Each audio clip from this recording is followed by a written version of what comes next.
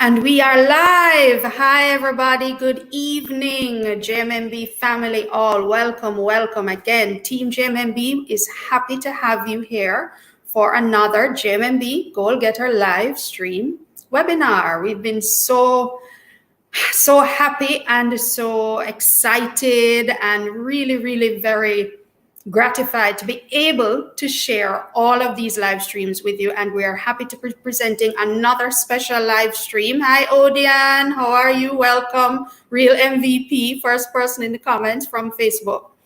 We're happy to have you here, folks, and this topic tonight, of course all our topics are special, but this topic tonight, we're very happy to be bringing it to you in conjunction with some more fabulous guests. Every webinar, we have some awesome guests. Hi, Shanique. We have some awesome guests.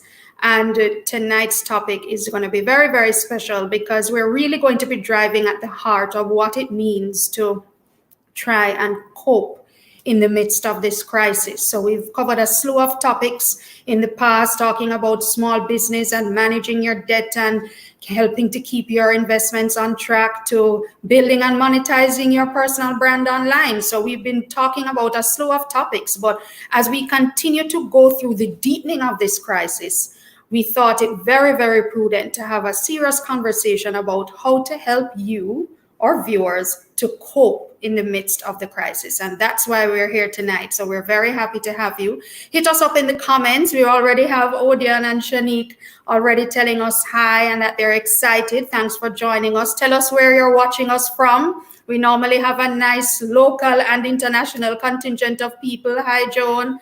Feel free to drop a comment, say hi, tell us where you're watching us from. And again, folks, as always, call somebody, text them, WhatsApp, tag them, tell them they need to come right here. We think this is a topic that everyone can benefit from, because the reality is everyone has been impacted by this crisis in some way, shape, or form. And there's a lot to get through tonight. So I'm going to jump right into introducing you to our fabulous guests tonight, all ladies tonight. So sometimes we have all men, sometimes we have all ladies, sometimes we have a mix. What can I tell you, people? It is what it is. Hi, Dean. Thanks. Hi, great to see you. Montego Bay in the house. Love it.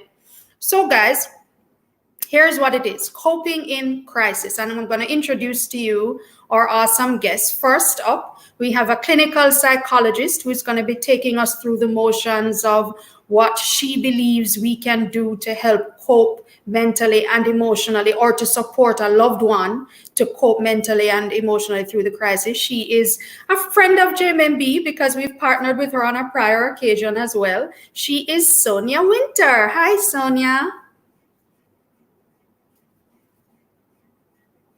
Hi there, Carrie-Ann. Hi, JMMB family. How are you? Thanks for joining us. Well, thanks for having me. It's a great opportunity. Great. So we look forward to hearing from you. Right. So that's Sonia Wynter. And then we have, for the physical side, because of course, coping is not just about the mental and the emotional, right? People, it's also about the physical, because if we don't have healthy bodies, you're starting off on the wrong foot anyway. You know, we need to do what we can to stay healthy. So we have a health coach here with us. You may know her if you follow her on social media. She is Natalie Murray. Hi, Natalie. Hey, Carrie-Ann. Hey, JMMB family. Thanks so much for having me tonight. Thank you for joining us. We look forward to hearing from you as well. And then last but not least, because when we talk about coping, we tend to talk about stress, right? And let's just keep it real. A lot of us are under a lot of stress right now in some way, shape, or form. And we have a therapeutic yoga teacher. Trishan is here with us, who is going to take us through some nice stress-busting techniques, and we're looking forward to that. Hi, Trishan. Welcome. You're muted. Hi, good night, everybody. Good night, JMMB family. Thank you so much for having me. Thank you, Trishan. Thanks for joining us. We look forward to hearing from you. Okay. All right. So this is how it's going to flow, guys. And again, thanks for the comments. Hi, Tony. Nice to see you. Hi, Odette, Raquel. I'm loving all of my regular folk who tune in and some new folks. Hi, Andrew. How you doing? Hey, Vivine, Team OG, always in the house. Love it, love it. Thanks for joining us, guys. It's going to be an awesome session. And again, there's still time to tell your family and friends to join us. So how we're going to do it, guys, we're going to split up. So I introduced each of our 3 guests. We're going to have conversations with each of them. And then we're just going to get right started with Sonia. So Sonia is going to be going through the motions with us, as I said earlier, about how to deal mentally and emotionally with this crisis. And Sonia, this is a huge deal, because what we've seen is an impact from this COVID-19 pandemic that has arrived on the shores of Jamaica for some time now. But I keep saying it almost every week, whereas we were anxious perhaps about the potential health impact of what COVID-19 would have had on Jamaica and Jamaicans and even the individual, him or herself, what we've seen is something I don't think any of us bargained for. The economic and financial impact in particular, lost jobs, closed businesses, reduction in sales, and even just the impact of schools being closed for a protracted period. Now, for the rest of the school year, that's it, folks. You're going to be on your own with your children, with the teachers trying to think. It's really, and then the quarantining and the lockdowns and the curfews, it's really thrown a lot of people for 6. And then in the midst of it, there is uncertainty, because we've seen conditions being implemented from before we even had 10 cases. Now we're almost at 500. So we don't even know when this thing is going to pass, That's right. That's right. The whole element of uncertainty. So my first question to you is, how do I know whether I'm coping in this crisis or not? I mean, are there some triggers or things I need to look out for, either in myself or in my loved ones, to know that, boy, I probably need to get a handle on this? Okay. Carrie-Ann, that introduction is quite comprehensive. And I think you've highlighted the fact that the coronavirus really brings 2 health-related problems into our midst. The first one is the illness caused by the virus. And we know the symptoms of that. But the second health-related problem is the anxiety and panic that this virus has triggered in the minds of everybody. The anxiety and the panic, which is the second health-related problems, less talked about, but guess what? It's even more widespread than the virus itself. And the truth is that that health problem is probably likely to persist much longer than even after the virus has gone.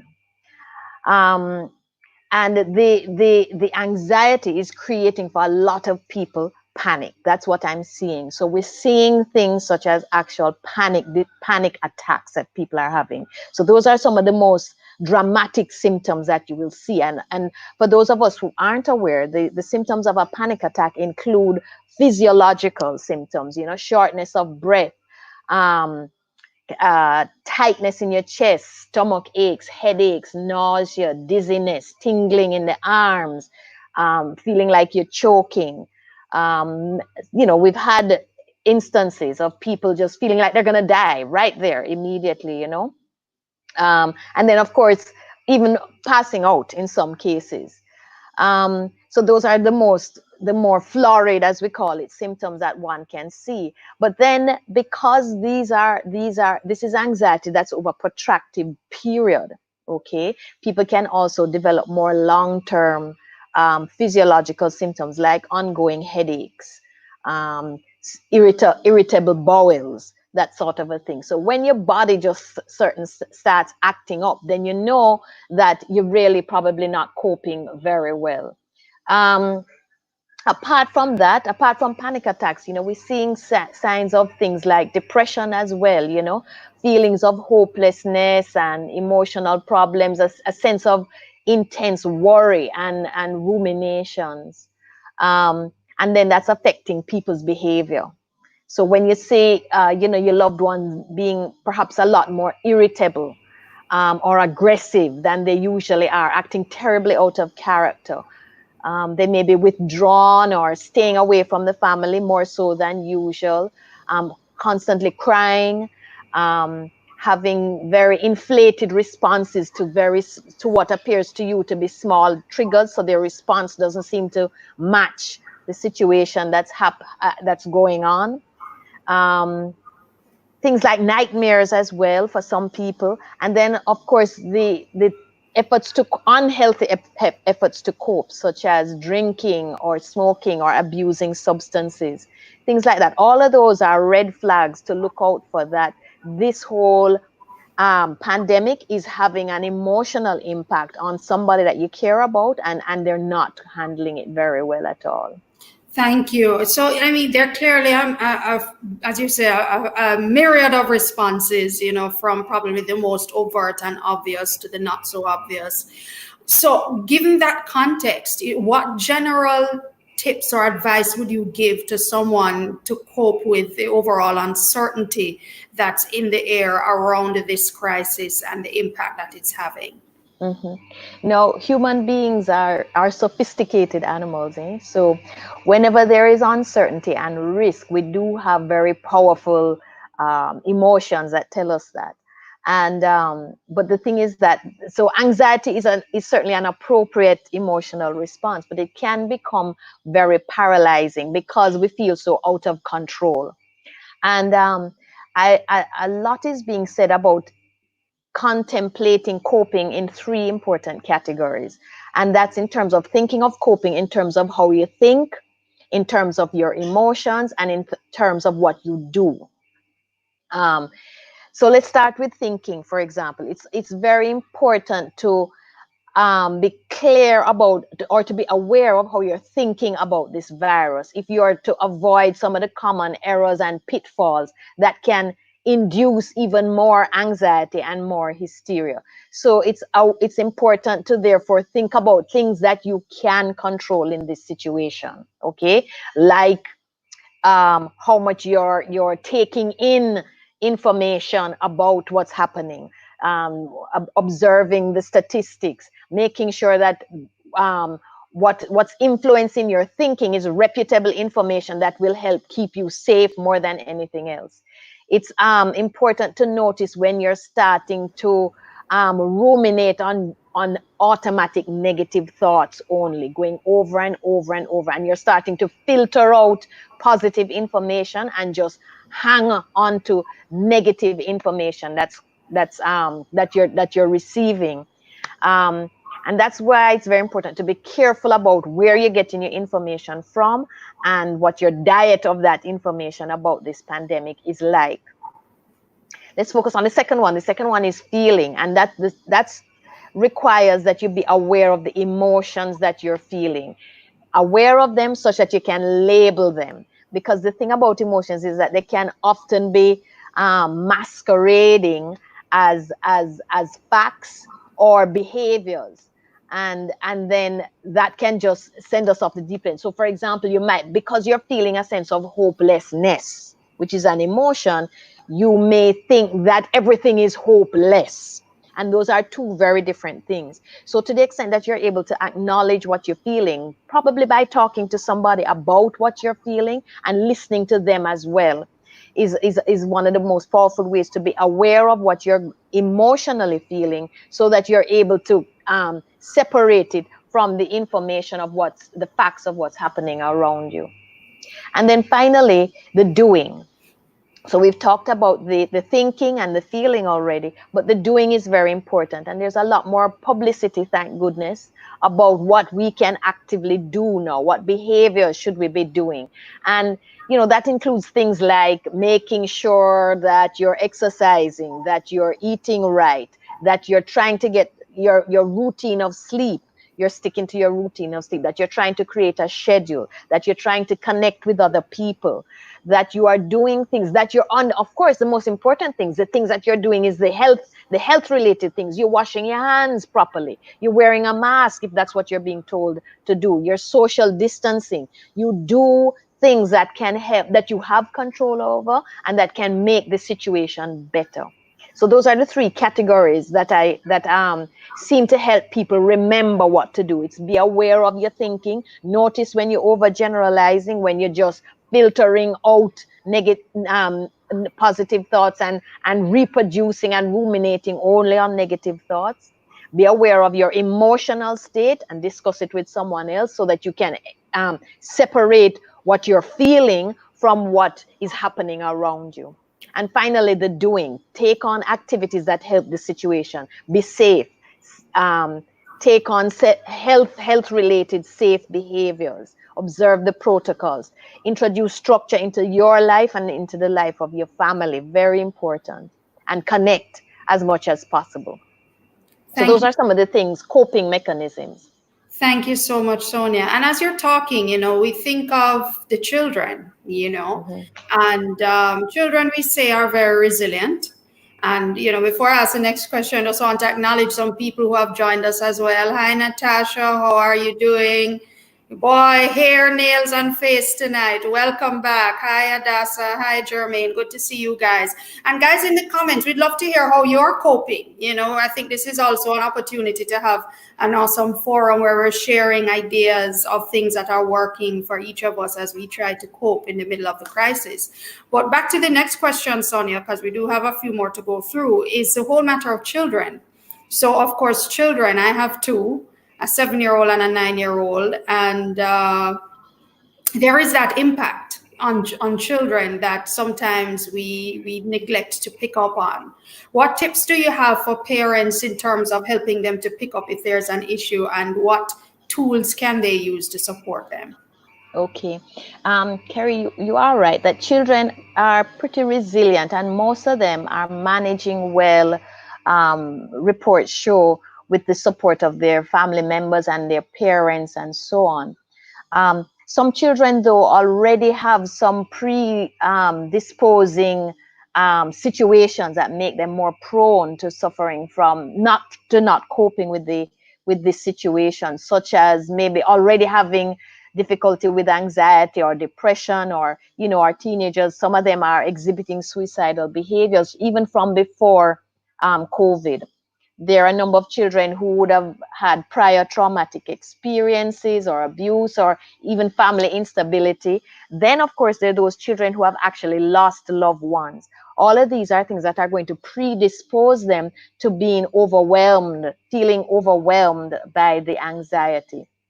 The way you can know that that's happening is by noticing most of the symptoms that I've already mentioned. But in addition, children, when not dealing with anxiety well, can tend to regress. So if your child is at a certain age and they suddenly start bedwetting or sucking their thumb, or are unusually clingy, maybe having difficulty with their sleeping, loss of appetite, afraid of the dark, but regressive behavior, withdrawing. But for elementary and high school adolescents and so on, then you might see aggressiveness with a lot more withdrawing. There are nightmares that are coming up as well. Physical symptoms as well. People are somaticizing their emotional content. So having a lot of headaches again, and dizziness, that sort of a thing. So it's very much similar symptoms as you might see in an adult, with the addition that they tend to regress in some way, shape, or form. And that tells you that they need additional support. Thank you. And what are some of the resources available, I guess, as a parent to just kind of help them cope? If you could give us a quick idea. Again, a thing that I think has become very clear. One thing is to be very sensitive about how you yourself as a parent or guardian is handling or responding to this pandemic.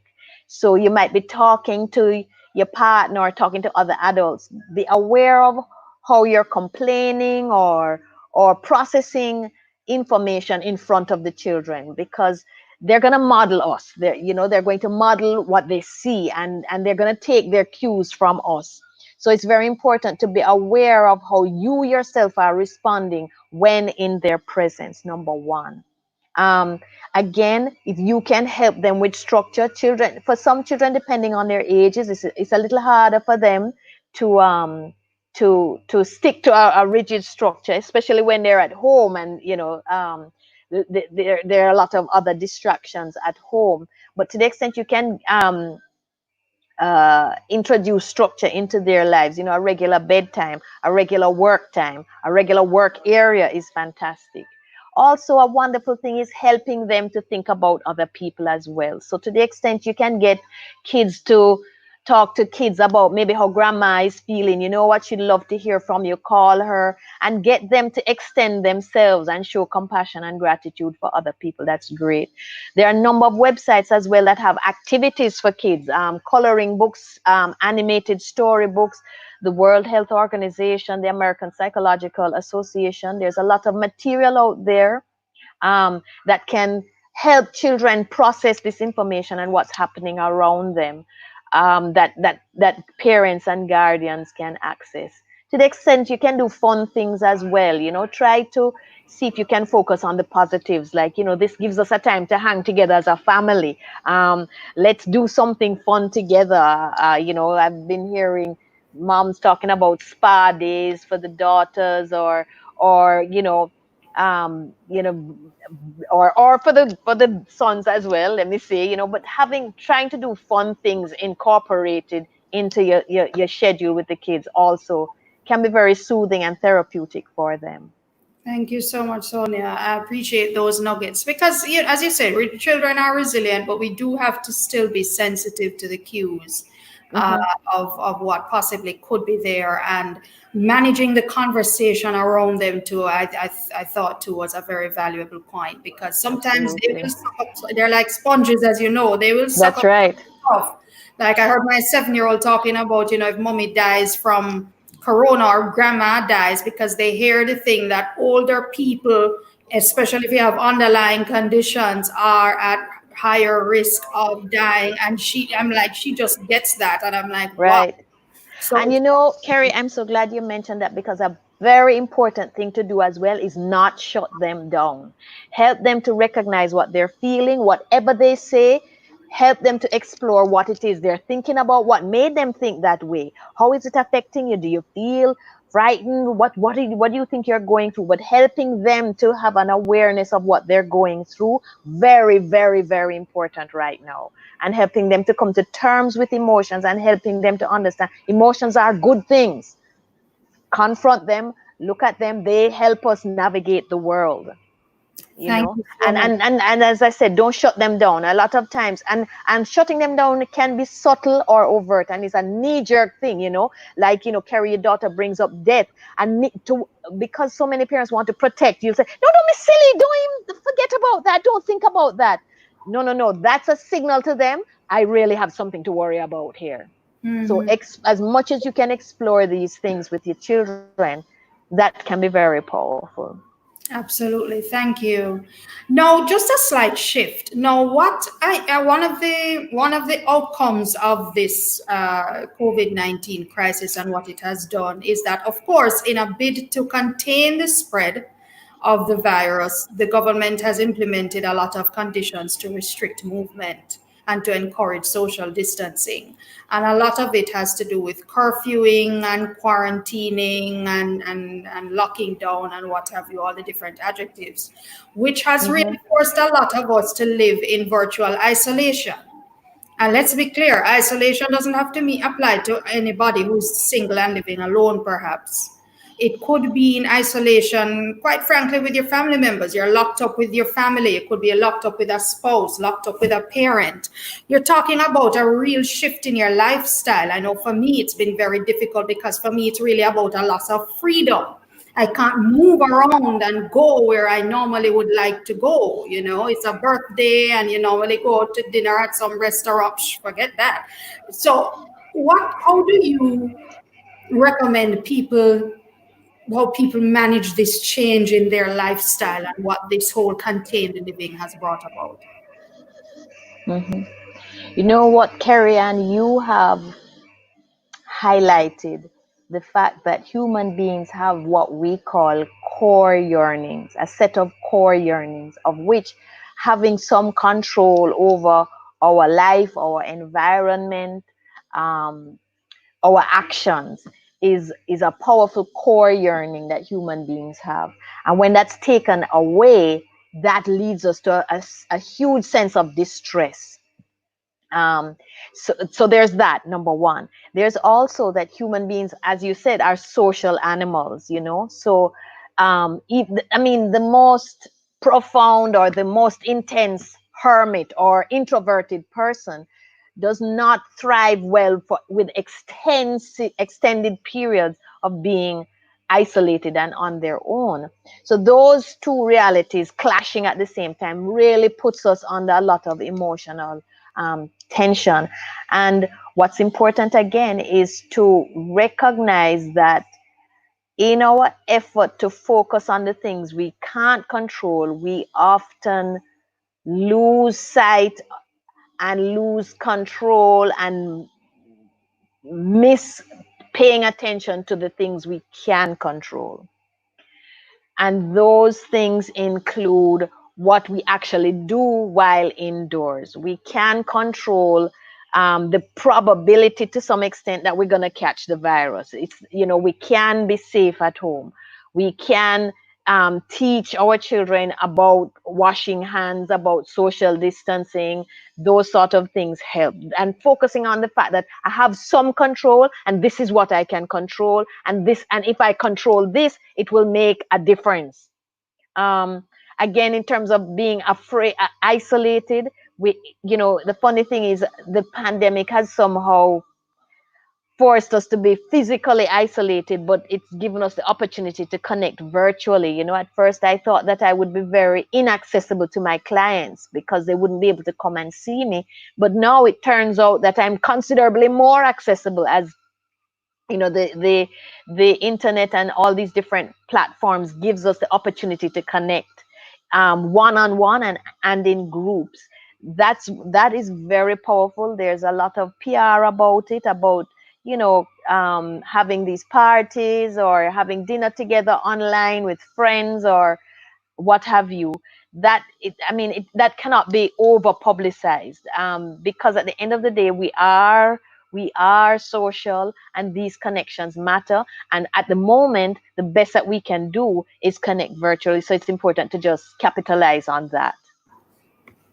Thank you. And I love the way you said you talk about looking at things that we can control, and also just even looking at how a shift in perspective can help. One of the popular phrases that I see on social media when people are talking about, quarantining and curfewing, and boy, I'm stuck at home and I can't go anywhere. And people are always reminding them, don't say you're stuck at home, say you're safe at home, because Yes. has to be there. Absolutely. I like that. That's my mantra. I'm going to use that. Yes, you're safe at home. You're not stuck at home. I really just want to acknowledge everybody in the comments who have been really giving some great feedback and even things that they've been doing to cope. Of course, we saw Natasha talking about humor and adding that to her list of things that help her to cope in the midst of this crisis. It's really awesome. Raquel just coming in from Facebook saying daily walks in her backyard, to help her connect with nature and so on, bringing in things from her lung, filling up her lungs with wonderful fresh air. Hi, Lady Di. How are you? Glad to see you coming in from Facebook. And Diana says, she makes her to-do list. She adds people to connect with each day, and also reminding us that she does work out as well. So there are different things that people do. No, I just wanted to make one final shift. This is kind of like the second to last question for Sonia before we switch over to Natalie.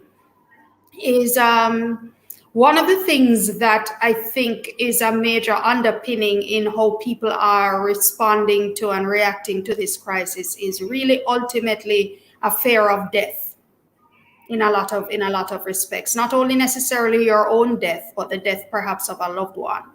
Because when you again watch the news with all of its facts, how many people die each day from this disease and what it's doing to families, ripping apart families and really giving us something in 2020 that no one would have bargained for. what would you say to individuals who are struggling with that kind of crisis? I know some people call it perhaps an existential crisis. I don't know if that's the correct nomenclature you would use. But It how would certainly you is. help with people who that is what really is in their space? It is this fear of death, fear of dying, and perhaps obviously not wanting to face that anytime soon. But how would you Hmm.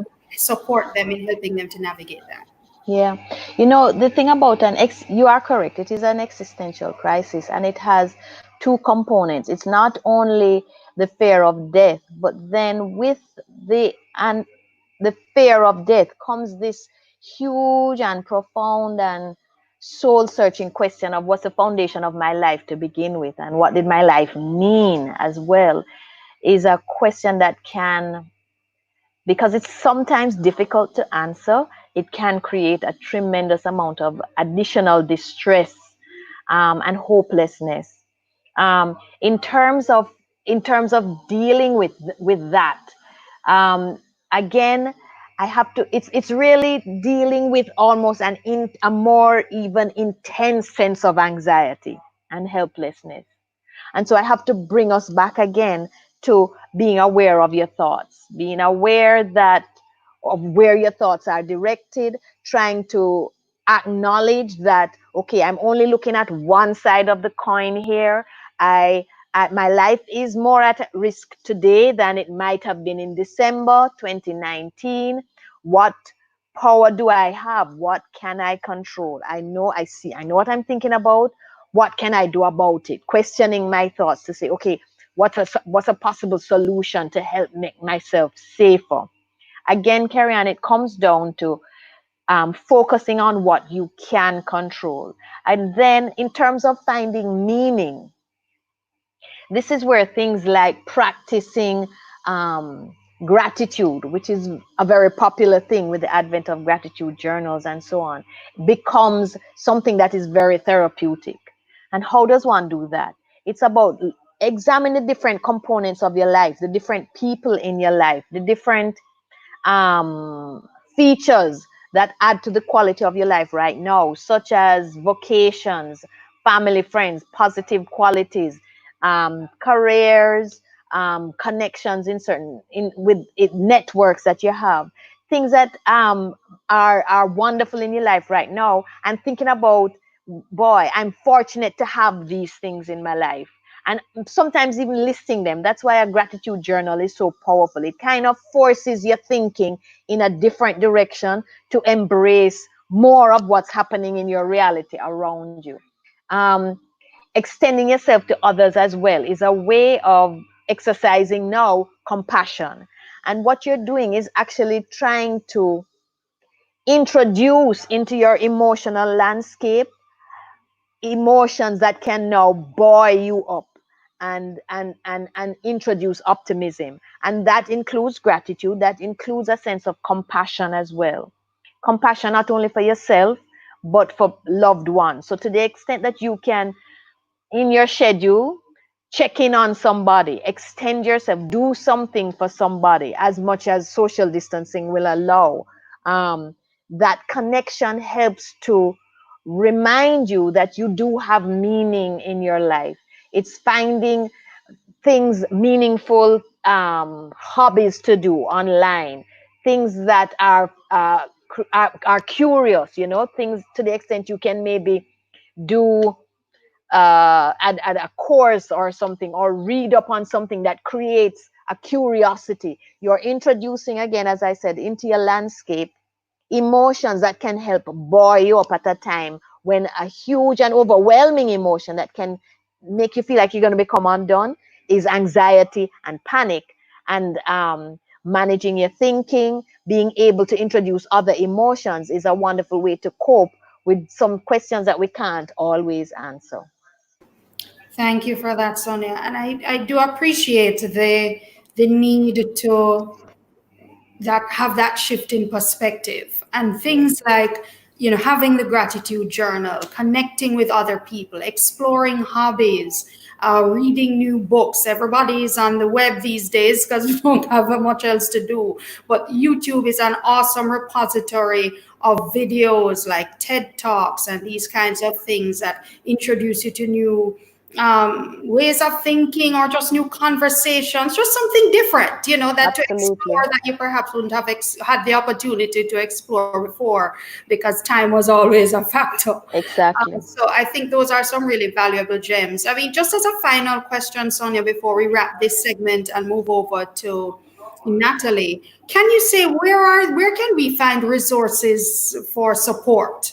So I'm here. I'm again. It's a lot of curfewing going on, a lot of not restricted movement, and I may be struggling, or I may have a family member who's struggling, a child, what have you. What are some of the resources available, or where are they available that persons can reach out and get the help and support they need? In terms of professional help, there is always, first of all, so sometimes your child, your loved one will be struggling and you don't have the answers, you're not quite sure what to do, and you think that maybe bouncing it off a professional or getting your loved one to speak to a professional might help. There's always a Jamaica Psychological Association. If you go to their website, there's a long list of not only clinicians who are available, but there are resources there that can help families, suggest to families ways of coping and so on. There's always, as you know, JMB has a wonderful relationship with Family Life Ministries. They are still seeing clients virtually as well. So you can always call Family Life Ministries for help. And then again, as I said, in terms of resources, there are a lot of, believe it or not, there are even apps now that are helpful, the things that can help people, like you can't exercise, there's an app, there are apps, there are YouTube things that can help you with your exercise, with your mindfulness, with devotions, that sort of a thing. All of these things are therapeutic things that you can access online because they might have been cut out of your regular life before Corona. But those are some of the things that hop to mind right now. But also, if it ever comes to your needing a professional to support you in any way, I want to direct you again to Family Life Ministries or to the Jamaica Psychological Association, to their website. There you will find an abundance of clinicians available to help you. I should say also that the Jamaica Psychological Association is doing free virtual group sessions for certain groups of people. If you go to their website, you'll be able to group therapy sessions. You'll be able to participate and see what's available, and get support through that avenue as well. Thank you so much, Sonia. That's really great information. So Family Life Ministries, and yes, I'm glad you underscored the point that there are things that can be done virtually, and getting help, fortunately, right now is one of them. So don't feel the need. You're going to have to find a way to get to somewhere. There are virtual meeting and support opportunities available, and you would have underscored Family Life Ministries and the Jamaica Psychological Association offering free group therapy sessions. So that's very valuable to know. And thanks again, guys, in the comments. Please continue to share. Candice, thank you so much for joining us from Facebook. She has a little nugget here for us. Exercising compassion has given me a sense of control and meaning. And, that's, I think, really powerful as well, because, again, this crisis and the resulting impact of pulling away and social distancing, sometimes we forget to think of the impact that it's having on others or what others are going through. And compassion really helps to, if nothing else, certainly contextualizes what you are experiencing. Absolutely. So keeps us connected as well. So That's thank correct. you so much, Sonia. We really appreciate your nuggets. Of course, we know you're not going to go away because we have to wrap at the end.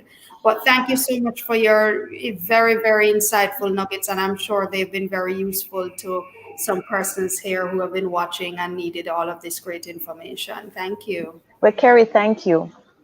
All righty, no problem. Okay, great. So we've just come out of an awesome conversation with Sonia where we were looking more so on the emotional and mental side of how to cope in the crisis. And I hope that you're able to get some great nuggets, and we see some great comments coming in.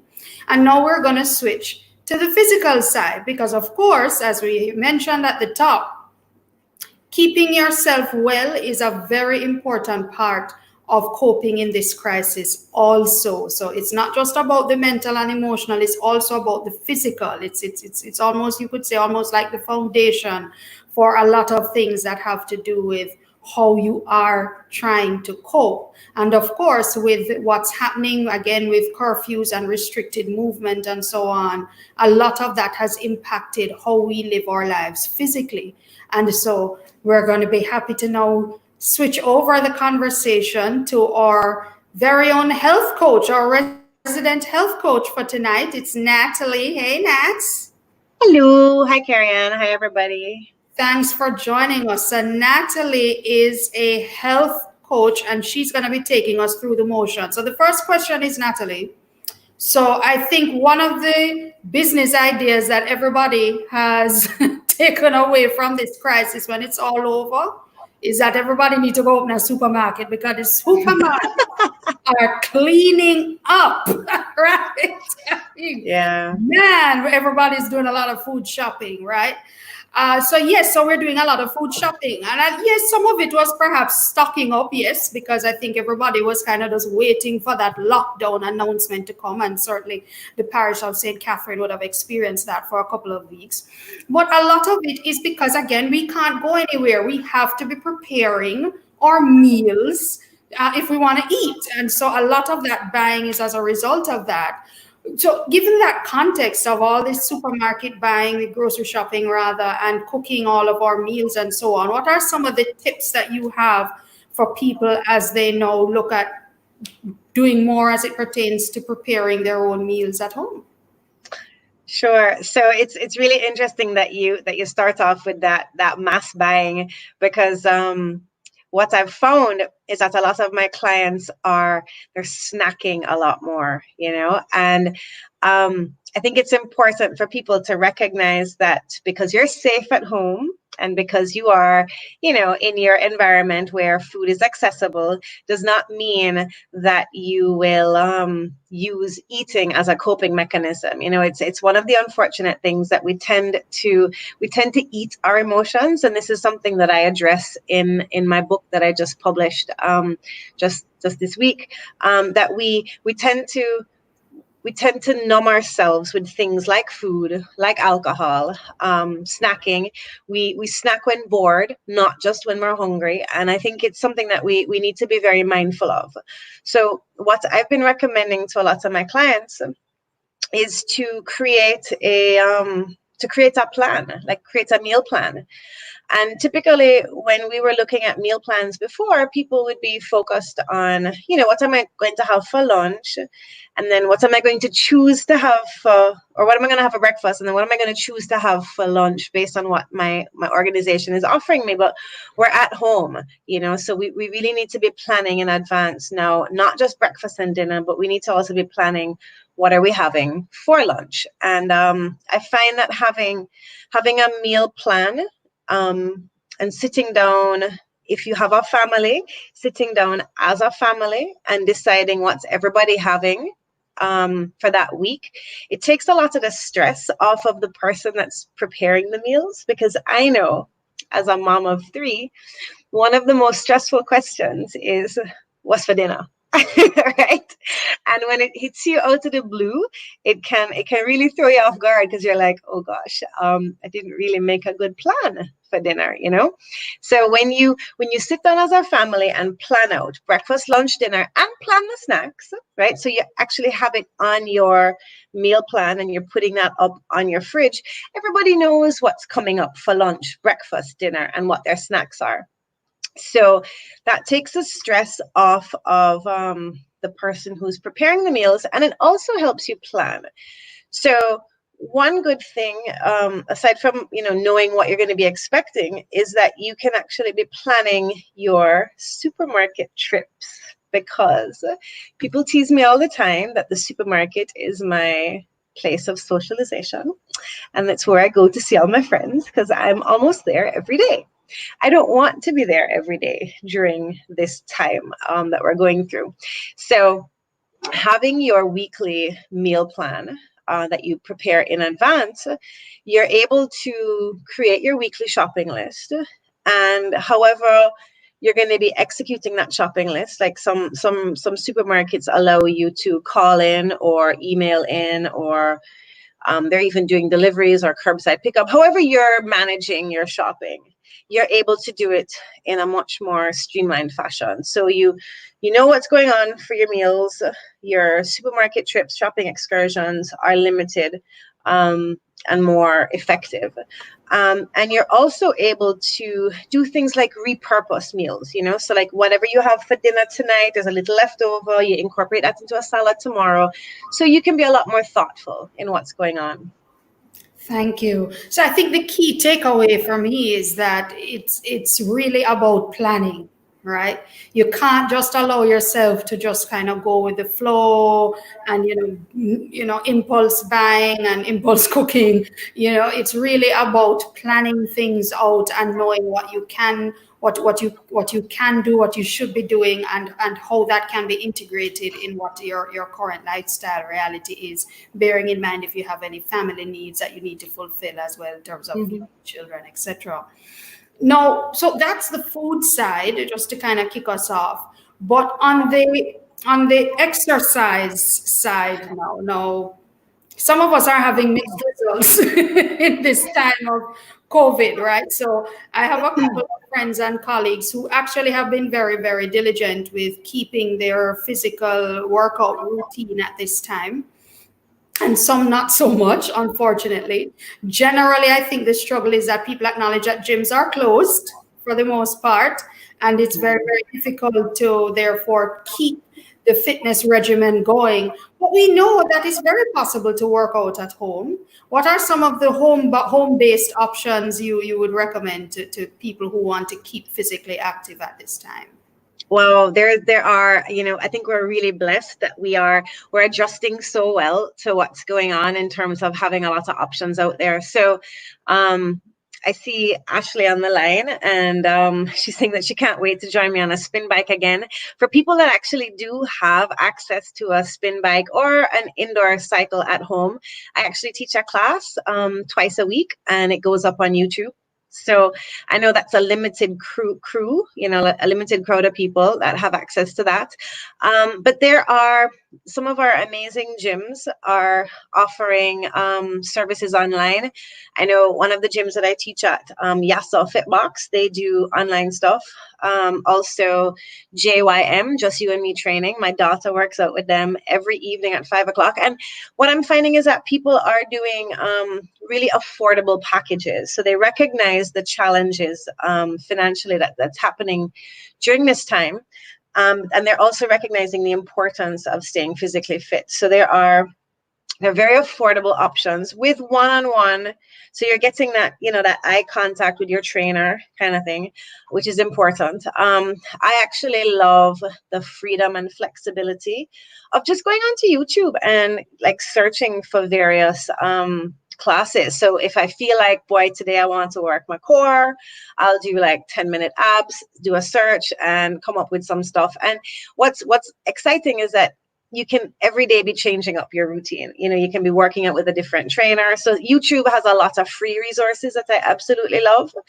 I do see the value in paying your trainer for that one-on-one or that group session that you're doing by Zoom, because they're going to keep you accountable. So you have to keep yourself accountable when you're going to go, do your at-home workout and promise yourself that you're going to do it. Whereas your trainer is going to say, hey, Nat, I didn't see you on the call today. What's going on? What I've been doing is I actually, like, my fridge is a repository of information at the moment, because I actually have like a little timetable up on my fridge and I check off when I do stuff. So I've got core, I've got cardio, and I've got strength training, and I've got yoga, like flexibility on there. And every time I do something, I check it. So I'm making sure that in a week, I'm getting a variety of core, strength, cardio, and flexibility training in there. And I'd really recommend that people do that. Play around, like Google, have fun, check out things.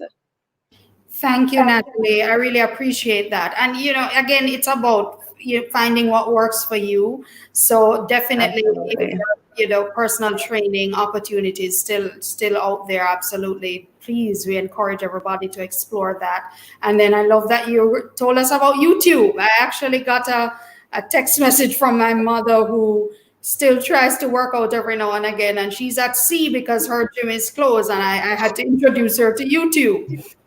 So there are all those opportunities. And I'd love to underscore the physical activity, not only because, of course, it helps keep us nice and fit and maybe slim and trim, but your physical well-being and having that routine movement. Oh my God, those Yep. endorphins really benefit from that exercise. It's really awesome. Yeah. Okay, let's switch back to food a little bit. And, I'm looking again at the comments, guys. You guys are really giving some awesome nuggets. We see Diana here. Oops, I scrolled a bit too far away. I'm sorry, my finger moved too quickly. But Dana was saying, and we were talking about food, she has a strategy from Facebook. She says, my strategy is to pre-prepare almost everything and put them in the freezer. So when it's mealtime, from start to plate, it's 30 minutes. That's an awesome recommendation, Dana. And then her next point to that was that she says healthy snacks are also good. And you mentioned snacking earlier, and we know that sometimes being locked up at home, we eat sometimes out of boredom, unfortunately. But again, if we can manage the amount of snacks is one thing, but just generally the types of foods that we should be eating right now. And again, we're in the middle of a pandemic and the possible health crisis that's on our doorstep that we're trying to avoid. I'm sure that you would advocate that there are certain types of foods that are not only energy giving, but also what do you call it now? Build your immunity. Yeah, let's just call it that. They really help to boost your immunity, which, hey, that's an awesome thing to do right now. Yeah. What are some of the foods that you encourage people to eat more of at a time like this? That's a really good question, because what we feed our body is so important. We are like the ultimate machine, like the ultimate expression of life, like our bodies, and our bodies are with us from birth to death. And yet we've gotten to this place of, I'll just eat whatever, whenever, and it doesn't really matter what I'm going to eat as long as my belly is full. And that's such a bad plan, or that lack of plan is such a bad strategy. Right about now, we need to be eating to boost our immunity and to reduce inflammation. And we also need to be eating in a way that protects our gut health and encourages our gut health. So if I can address those three things.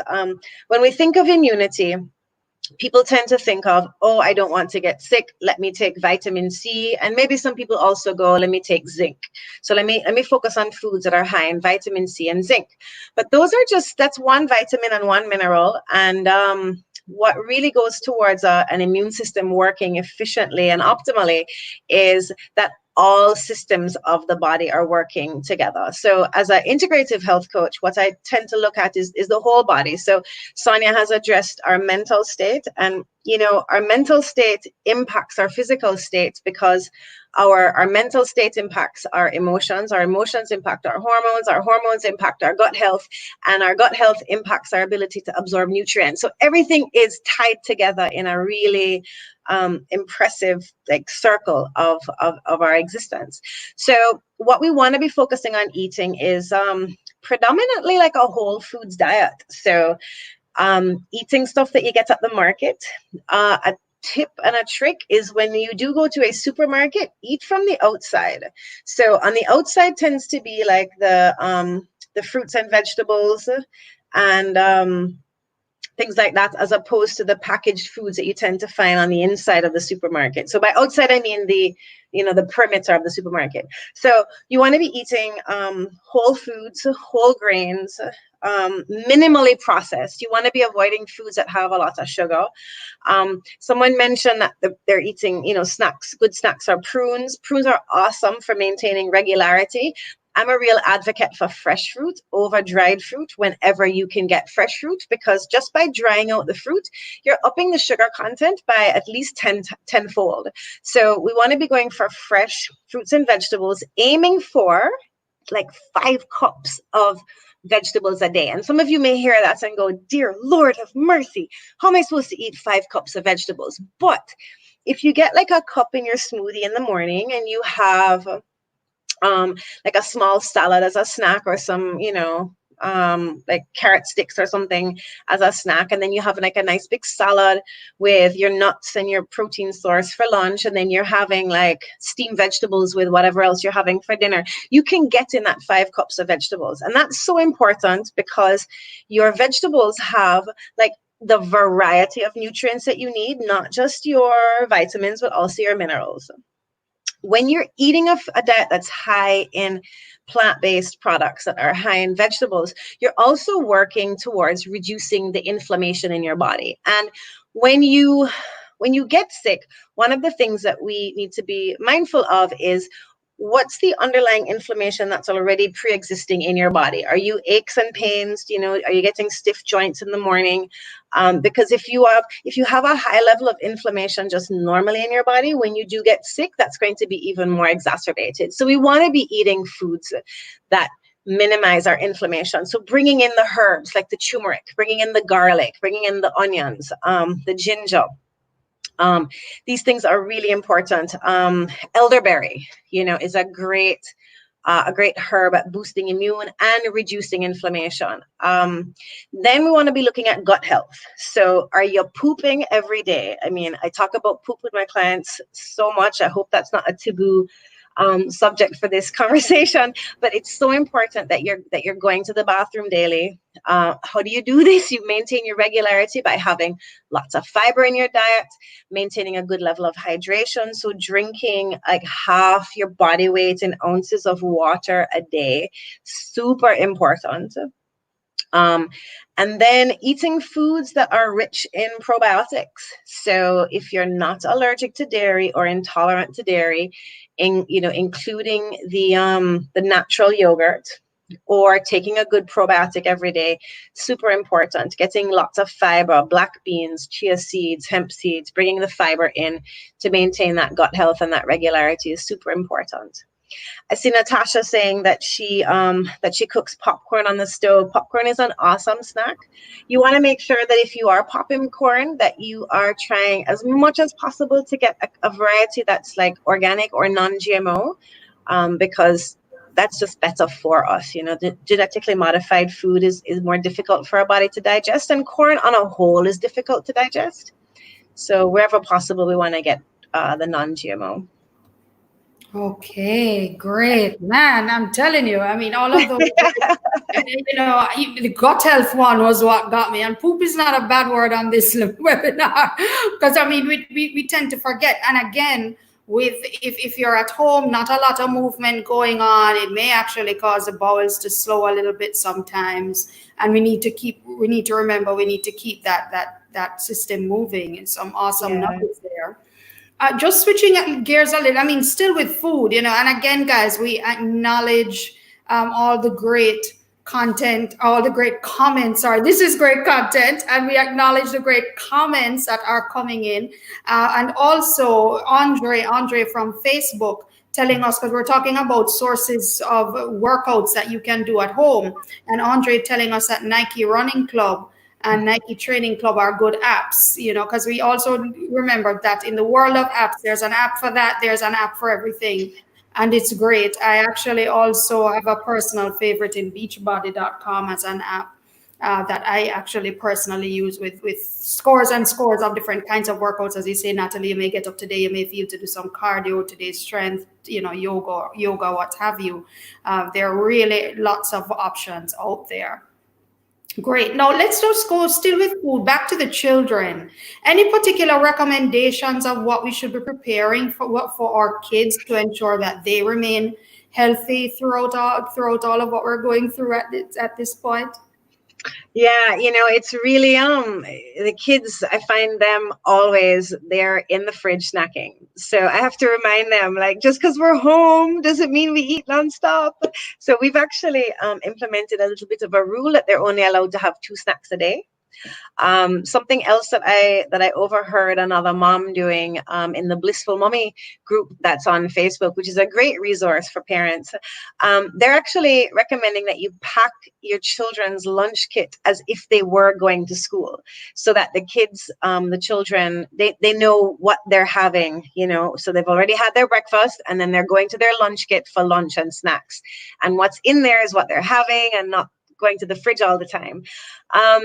Get the children involved in sorting out what the meals are going to be for the week, because when the children are involved, they have more of a buy-in, and they're more likely to eat the healthy foods.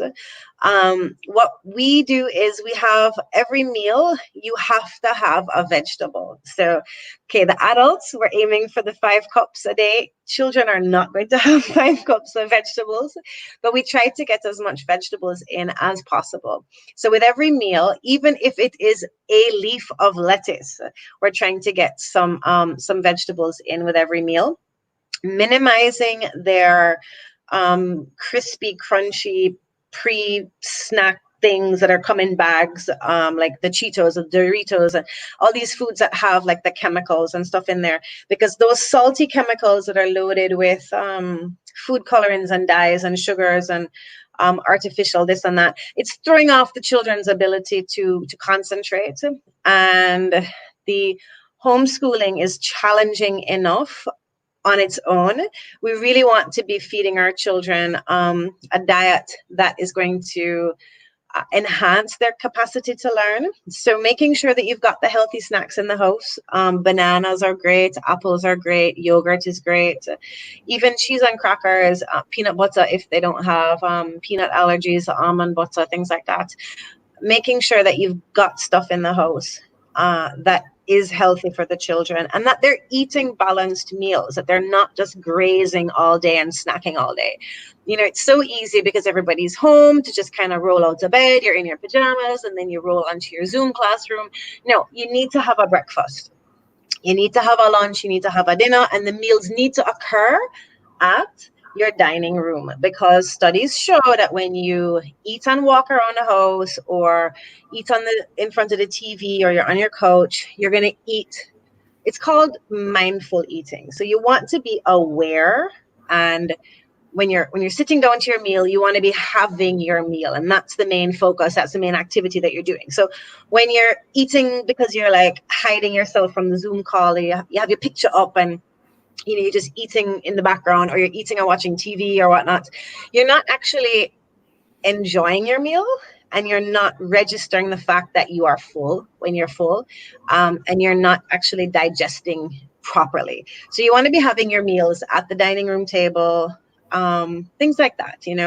Other tips for children is cutting off, like making sure that they're not snacking up until bedtime, so that they are getting a proper bedtime, and that they're, we sit down as a family and say our grace before the meal, because that helps to calm you down and bring you together as a family. And then you're having your dinner, and then, you're moving on to your evening activities. Really important for the children to maintain routine. Really important for the adults to maintain routine as well. So cutting off your eating at least 2 or 3 hours before bedtime is super important. Not drinking water with your meals is something else I like to advocate, because when you drink your water with really? Yeah. When you drink water with meals, you're diluting your digestive enzymes, and therefore you're not truly unlocking all of the amazingness that's coming in your meal. Right? You're not able to access all those nutrients. Really? Yes. If you find yourself really full or burpy after a meal, try cutting out the liquids with the meal and see what happens. Wow, that's a great tip. I did not know that. Awesome. And then you said we shouldn't be eating within 2 to 3 hours of going to bed? Yeah. It's good to cut off. Yeah, it interferes with you don't need to fuel up if you're going to go lie down, right? Yeah, good point. Thank you. Okay, so final question for Natalie before we move on. Natalie, just going again, because talk about scheduling, and it's good to stick with a schedule and a routine, etc. Back to the point about working out and exercising.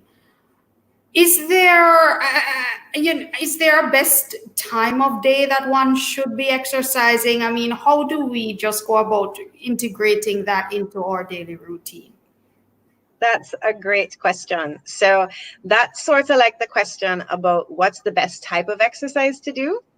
So the best type and the best time are the types and times that you're actually going to stick to.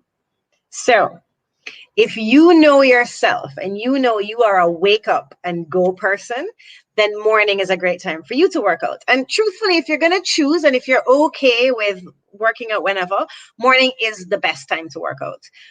That said, my teenager has been working out pretty regularly, almost every day. And she works out at 5 o'clock in the afternoon because she's not a morning person. She's more of an afternoon into the evening person. That works for her. So the short answer is the best time is the time that you're actually going to do it and do it regularly. So trying to incorporate exercise into your routine, knowing what it is that you have to do. Because, I think a lot of us we're safe at home, we're working from home, we're trying to get everything done that we need to do. But we don't have, not everybody is bored. Not everybody is just like, oh, what am I going to do today? A lot of us we're still trying to keep active and busy and drumming up business, especially us entrepreneurs.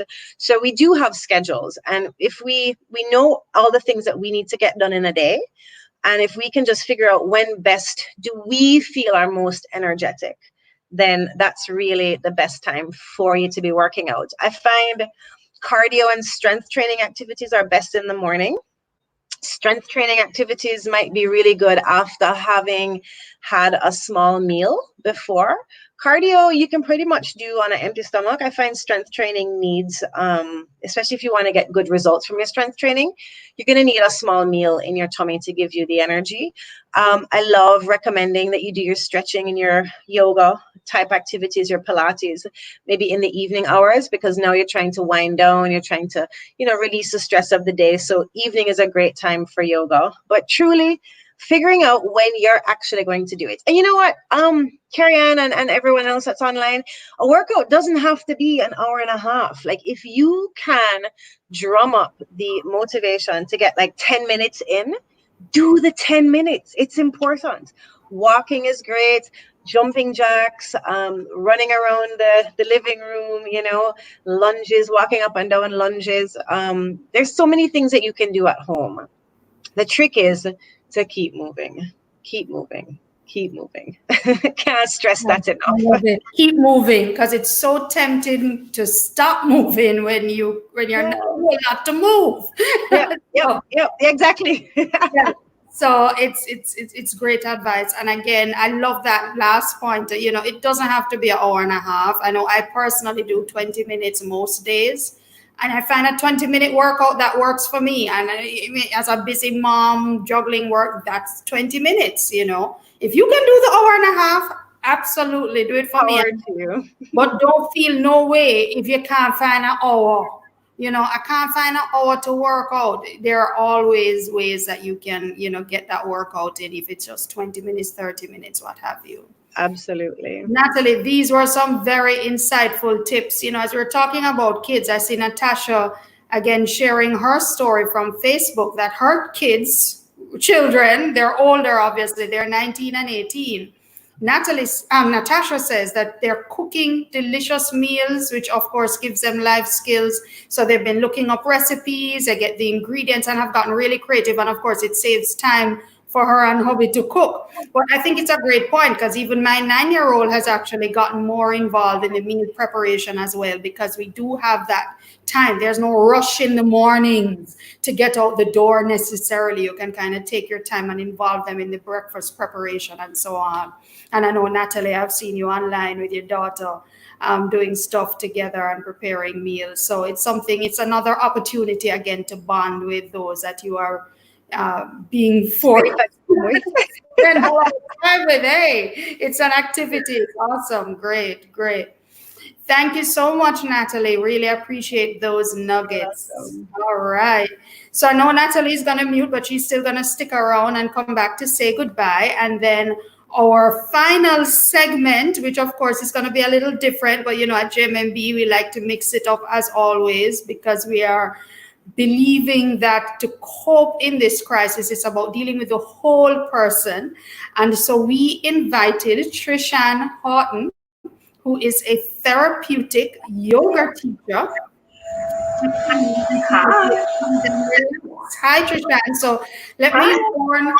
warn our viewers first of all. We logged on an hour before. So normally when we do these lives, guys, we log on an hour before we go live just to do our technical checks and so on and audio checks. And there is something ringing in Trishan's mic, and we don't know what it is. We're just taking it as good vibrations. It's my effervescence and all my goodness. That's coming out through the I mic. don't know what else it could be. Absolutely. So I'm just gonna warn everybody ahead of time that you may hear an intermittent kind of a ringing, humming sound, but it's good vibration. We'll take it as that. And as Trisha says, her effervescence coming through. So bear with us, but we can definitely hear you, Trishan, which is the most important thing. And we know that you're a yoga therapist, and part of what you do is you help people to unwind and relax, right? And that's what we really want to share this evening, But before, because we know you've set up your camera to do a quick demo for us, so we're looking forward to that. But before, guys, grab your shares at home. Absolutely. So, guys, get yourself ready. She's going to be sharing some great techniques. But before we do that, Trishan, again, you're a therapeutic yoga teacher. For those of us who are not very familiar with yoga, could you tell us what the benefits of yoga are? Absolutely. So, you definitely don't have enough time for me to tell you all of them. But in terms of, right now, and our current environment, one of the biggest benefits would be that it is accessible for all. And what do I mean by that? So your kids can do yoga. If you have one foot, you can do yoga.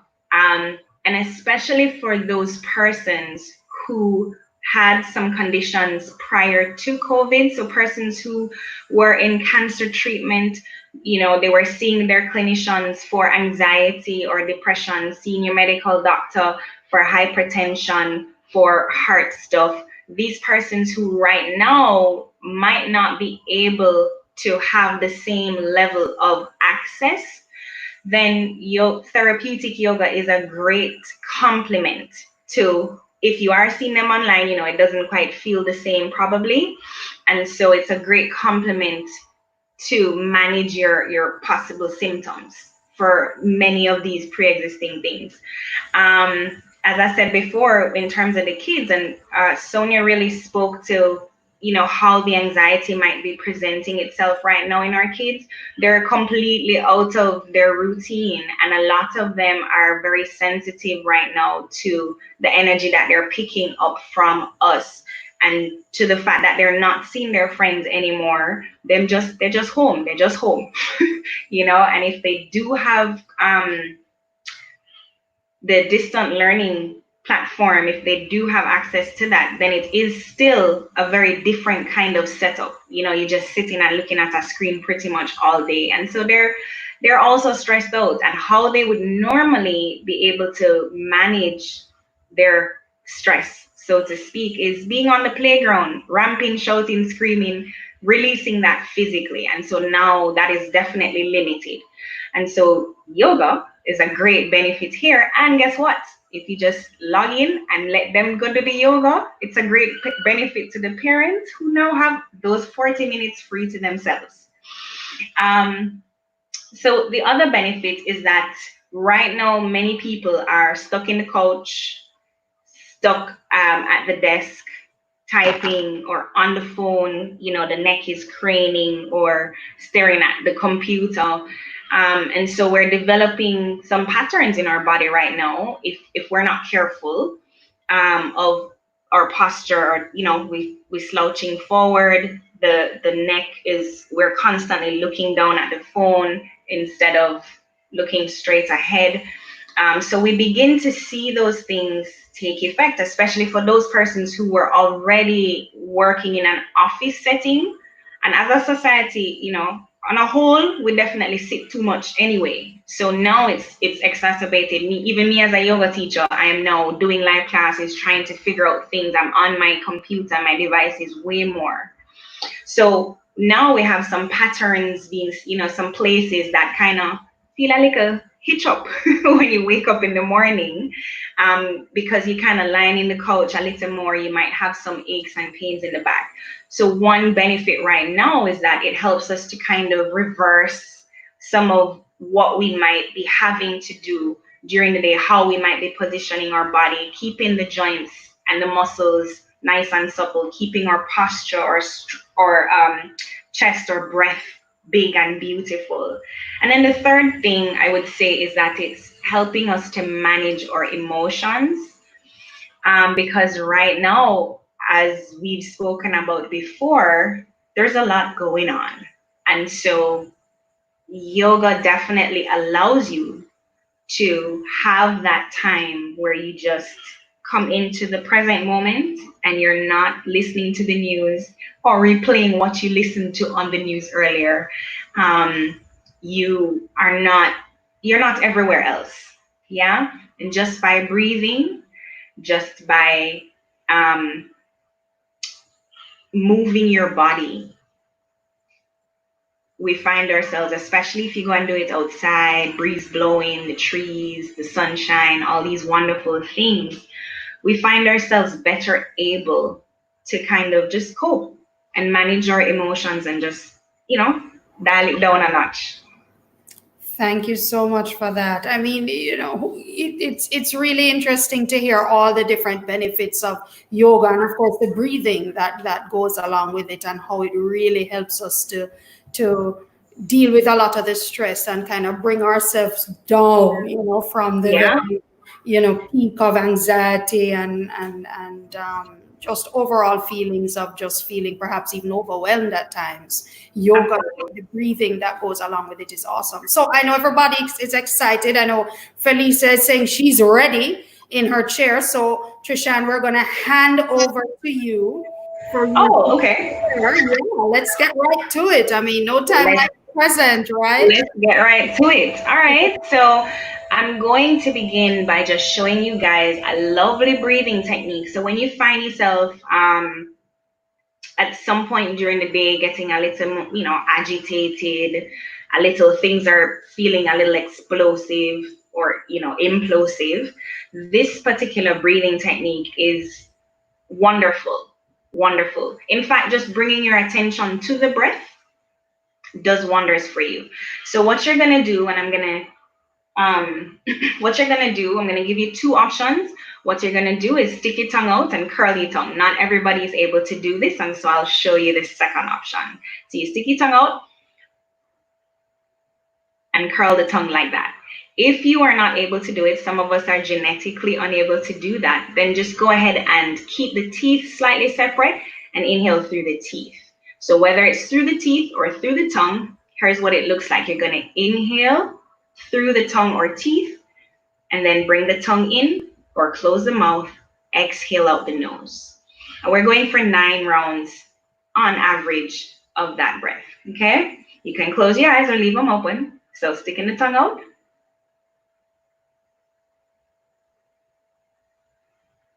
Exhaling out the nose.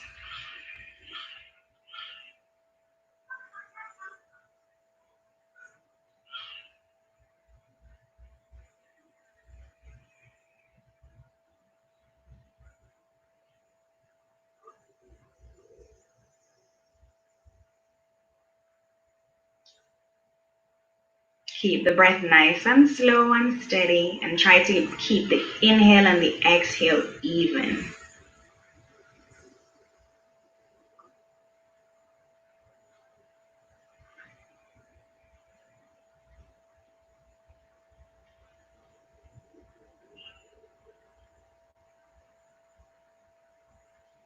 Two more to go.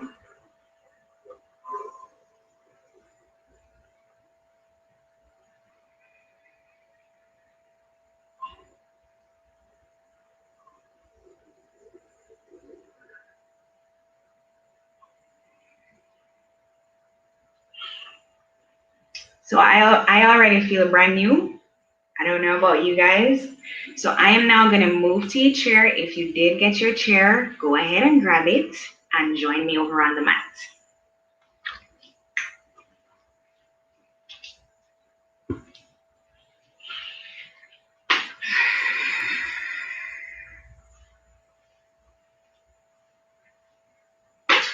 All right, so you're just going to move towards the edge of your chair, and bring your ankles right under the knees, Now, there are some places in the body that we commonly tend to hold stress. Of course, each person is different, but I'm just going to give you a quick, easy in the chair experience that will at least knock on the door of those places that we most commonly hold, or stress and tension. All right, so knees are right over the ankles, sitting at the edge of the chair. You can hold on to the side of the chair or bring your hands here. And we're going to inhale to lift the heart, lift the chest, and look up. Exhale and dome the back. You want to feel like you're exhaling through the back. We're going for 5 rounds of that. So inhaling, lifting the chest, and exhaling, doming the back. And I'm just going to show you from the side. So inhale, lift the chest. Exhale, doming the back.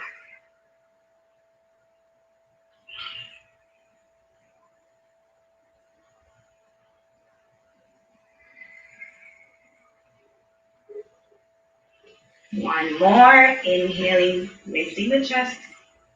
Exhaling, doming the back. And then we come back to center. So we go ahead and reach the arms all the way up. We want to get into the shoulders. So the shoulders and the neck is definitely one of those places. And I found, especially in women, I can't quite tell you why, but from my experience, especially in women, the neck and shoulders tend to get stiff. So we're interlacing the hands. We're going to reach them all the way up. Squeeze them up towards the ears and then release the shoulders down towards your chair. All right, reach those arms all the way up, and you're going to go ahead, drop your right hand with your left, reaching over to the side so you can feel that stretch and opening, and you want to imagine your ribs kind of separating and making even more space for your beautiful breath. And we're coming over to the other side, so bringing your left hand down, right hand goes up. And you want to keep your bottom even and steady on your chair. Don't fall. And don't let the right side lift up. So reaching over, keeping that breath steady. And coming back to center. And there's a move that I like to call screwing the light bulb. So you want to make your hands like that as if you're literally going to screw in a light bulb. Extend the arms, keep them straight, and relax the shoulders. And we're going to screw the light bulb by rotating the arms. So the movement doesn't just come from the wrist, it's all the way up to the shoulders. Okay, so we screw in the light bulb, keeping the arms straight, screw in the light bulb, coming all the way up, and we're going all the way back down. Take your time, there's no rush. Rotating the arms fully in each direction.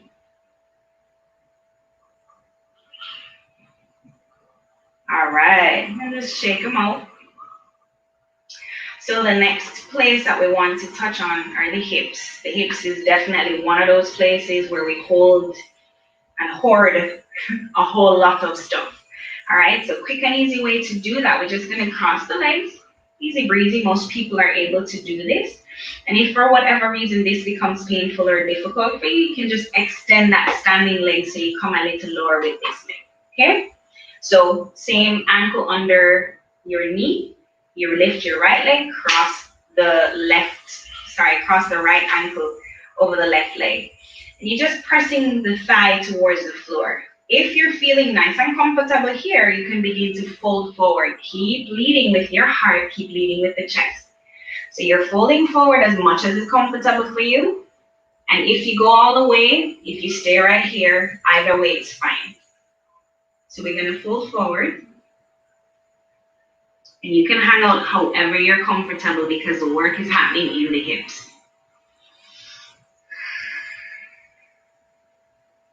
So we're taking 2 more breaths here.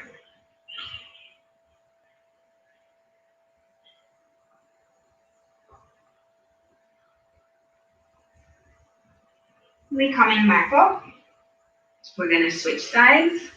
So now we're bringing our left ankle across the top of the right thigh. Gently press the thigh towards the floor. And then moving forward, leading with the heart, leading with the chest. And you're going to come as far as you want to go.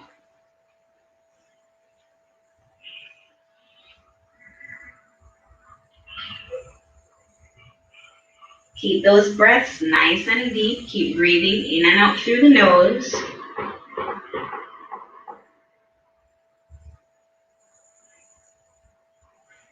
Two more breaths.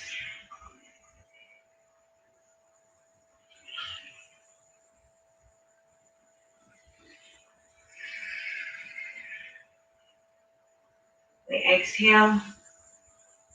Release the leg. All right, we're going to come to standing. So make sure your chair is somewhere where it won't slip. A good idea is to put the chair against the wall so that it doesn't have anywhere to go to. I have my mat. So you're going to hold on to the sides of the chair and just walk the legs back until the ankles are under the hips. Walk the legs back until the ankles are under the hips. And then walk them back some more. So you're coming into your chair downward dog.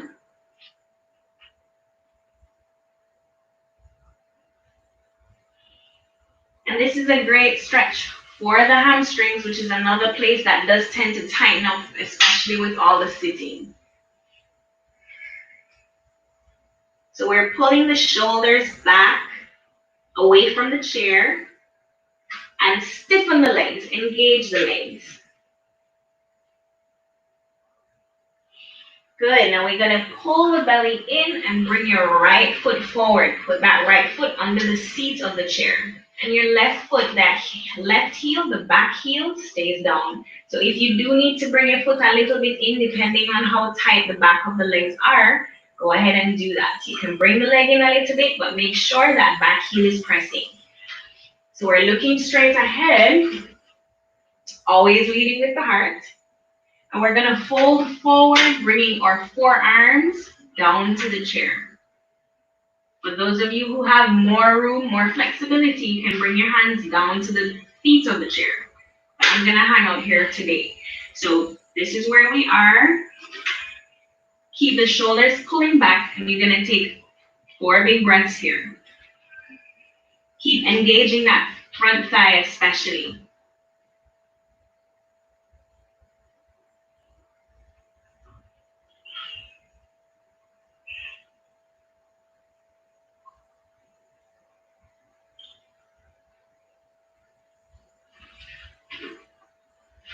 Excellent, we come back to downward dog. And we'll switch legs. So once again, set up yourself so that the back heel is pressing into the floor. So if you need to step the leg in a little bit, by all means, please do. So we're pulling the belly in, engaging that front thigh, leading with the heart, slowly bringing our forearms down.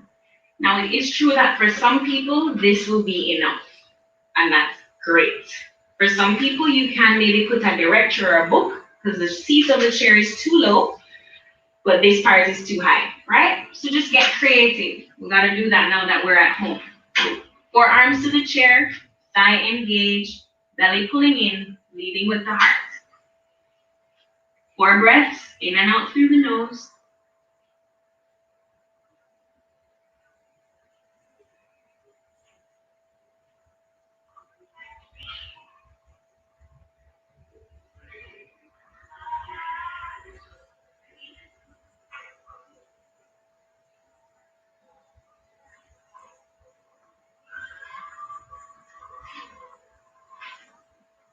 Back to our downward dog.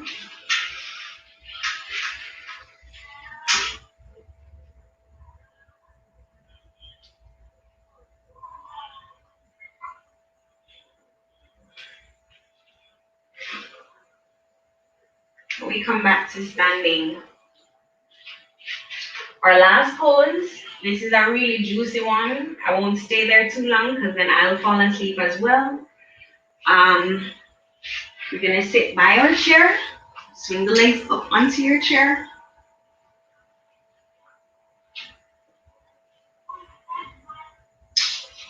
And relax. Whew.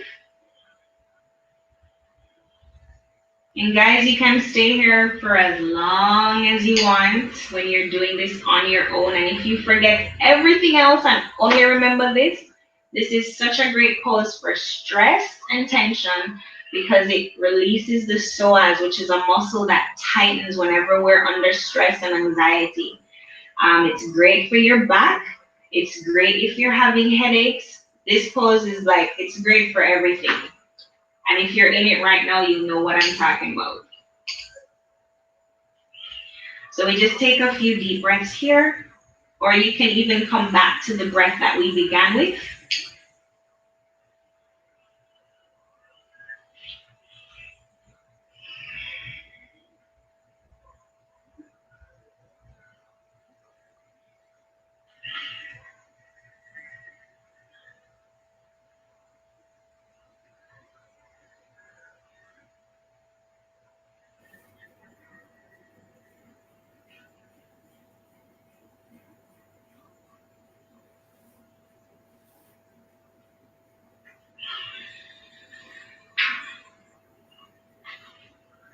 When you're ready to move, go ahead, bring the feet to the edge of the chair. You can just roll over onto your side and gently, gingerly push yourself to sitting up.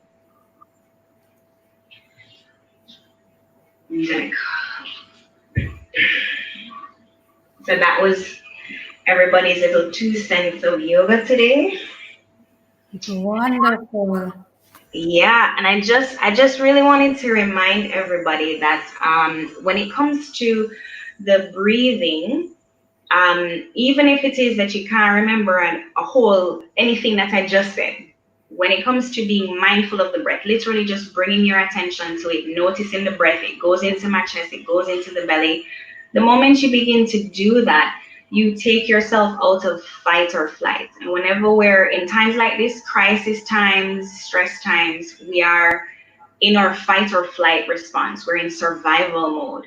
And in survival mode, it's the survival mode, the fight or flight hormones that get released, all these things. When in actuality, and that would be fine if we were actually going to go and, tackle a bear or do something with that energy. But we're not. We're at home with our families. They are not bears. Okay? They are not bears. So, I'm kidding. Sometimes, but mostly. The truth is you're probably the bear in the house. But, you want to come out of fight or flight and move into rest or digest. Move into that place where your body understands that, oh yeah, I'm not under attack, right? And that will definitely boost immunity, your mental health, your life. You'll be a better human. Absolutely. Thank you so much, Trishan. That was really, really very valuable. I see Audrey here from YouTube saying, really good. The breaths have her falling asleep. Audrey, I hope you're still with us. Yes. She did that about 12 minutes ago. But thank you so much, Trishan. It's really great to also get some very practical ways in which we can just really just stop and just breathe and use the opportunity, use some of the techniques. And of course, even though this is a live stream, we are recording it. So we're going to be posting it on all of our social media, Facebook, Twitter, Instagram, LinkedIn, and YouTube. So we can play this over and over again and do the perfect techniques, the poses and the stretches and the techniques all over again. And they can all be held much longer, because you'll have the time at home. Absolutely. Yeah. So thank you so much, Trishan. We really appreciate your contribution here to this discussion. And before we wrap, I just want to say one final bit of housekeeping matters. It's really having to do with when our next live is going to be. So today's Tuesday, the 5th of May, and we're going to have our next live on a very unique day of the week. It's actually going to be this Saturday, the 9th of May. And I'm going to probably kind of quickly tell you why. So, of course, again, we're exploring the topics that we believe you would like to hear to help you navigate through the COVID-19 crisis. And again, one of the big topics, and we kind of alluded to it in this session about coping, one of the big topics is relationships. So whether you're living alone, whether you're living with extended family members, living with a spouse, living with children, whatever the case may be, this is an opportunity, we believe, to build relationships. I know that we've been seeing a lot of headlines coming out of other countries. China, who is perhaps the first to come out of lockdown because they were in the crisis sooner than we were. You see headlines talking about divorce rates have spiked coming out of lockdown because married couples who are literally locked together for protracted periods of time really probably realize that, this is just not it. And divorce rates are spiking, apparently, the news is saying. We believe this is an opportunity to build relationships, and that's going to be our next topic. So this Saturday, the 9th of May, we're going to be presenting another JMMB Goal Getter live stream webinar where we're going to be talking about building relationships, whether it be families, singles, or couples.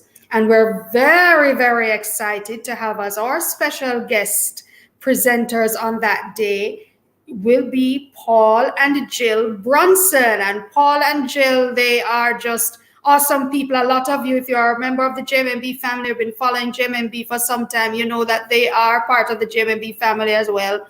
Paul would have come to Jamaica last year for Elevate 2019. He was one of our guest speakers there, our keynote speaker. And he and his wife will be joining us on the Goal Getter live stream this Saturday. It's going to be at 12:30 p.m. Jamaica time. And again, all of this is done for a reason, folks, because Paul and Jill, they're actually in London, England. So we really couldn't do a 8:30 p.m. Goal Getter live, as nice as that would have been, because, hey, it would be like 3 o'clock in the morning over there. So we're not going to do an 8:30 p.m. And also we thought it prudent to have it on a Saturday because, let's face it, during the week, it's work from home, it's working, it's homeschooling. We said, let's have it on a day when we figured most folks would be able to just focus without the hustle and bustle of what happens on a regular working day if we had to have it in the day. So this Saturday, the 9th of May, live streaming on JMMB's platforms, Facebook, Twitter, and YouTube. We're going to be talking about building your relationships during COVID-19, families, singles, and couples with our special guests, Paul and Jill Brunson. So please mark your calendars, follow us on social media for all the latest updates, and we look forward to seeing you then. So, of course, we're going to wrap this session. This was a really, really diverse and interesting discussion. We'd love to see all of our guests come back up on screen. We have Sonia Wynter, our clinical psychologist, Sonia, who took us through how to cope emotionally and mentally. We had Natalie Murray, our health coach, taking us through our physical side, diet and exercise. And then we had Trishan, who really took us through the motions with some awesome yoga techniques and breathing exercises to help us to de-stress and relax quite a bit. We really appreciate you all, ladies, for taking the time during curfew from your respective homes to share with us really, really very insightful tips and nuggets and awesome discussion. Guys, in the comments, could we have a round of applause for our guest speakers, us acknowledging their contribution? Please acknowledge them. We thank them so much. Of course, we have how to find them on social media. Well, certainly Natalie and Trishan would have had their social media handles. Sonia, if we were to reach out to you, how can we find you? Through Family Life, perhaps? Sorry. Yes, you can find me at Family Life. You can also find me at SoniaWynterAssociates.com. Great. Thank you so much. That's awesome. Yes. Thanks, guys. Odian and Shanique, everybody saying thank you. It was really an awesome session. And we just wish everybody the best. And again, please remember, we're not going through this alone. We're going through this together. We will get through this together. And we just encourage everybody just to continue to be aware of yourself, your loved ones, seek the help where you need it, and just take it one day at a time. Yes, that's I would say would be the final nugget. Thank you so much, ladies. Have an awesome rest of the evening. Thank you again to all of our viewers commenting on social media. Absolutely great information. We see the applause coming in. Thanks again, everybody, and please continue to stay safe, and we'll see you back here Saturday on the 9th, 12:30 p.m. Good night, everybody. Take care.